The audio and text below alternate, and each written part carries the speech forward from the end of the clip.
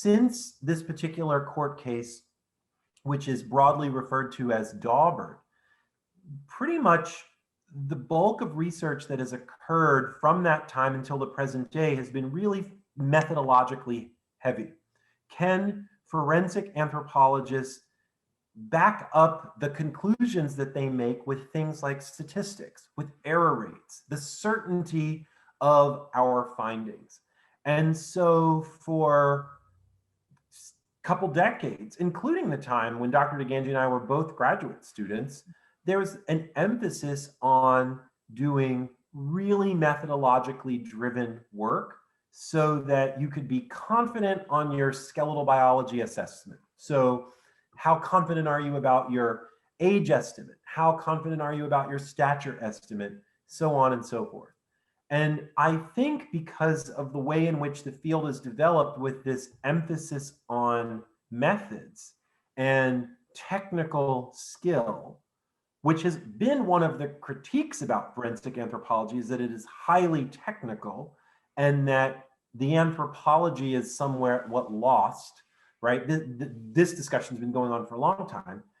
That's probably why there hasn't been engagement with these other kinds of theoretical frameworks that are sort of stock taking and like examining the field in terms of the big picture.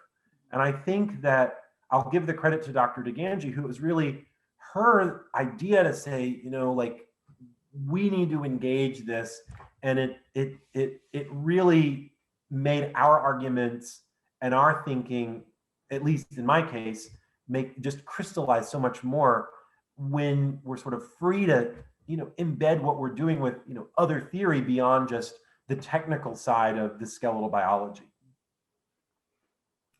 Yeah, without question. And as Dr. Bethard just said, we talk about this in the paper, how forensic anthropology has been accused of being atheoretical, to the point where, there's a book, Theoretical, basically theory in forensic anthropology, but it doesn't engage with this theory, right? It's not really engaging with social theory.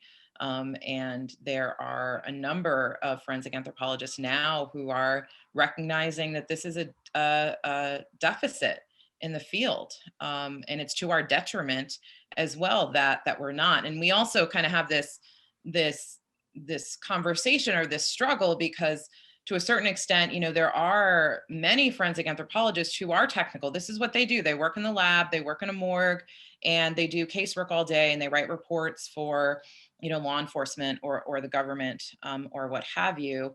And so, their point might be, well, what good is it? How is that going to help me identify, the skeleton? How is that going to help me describe the skeleton?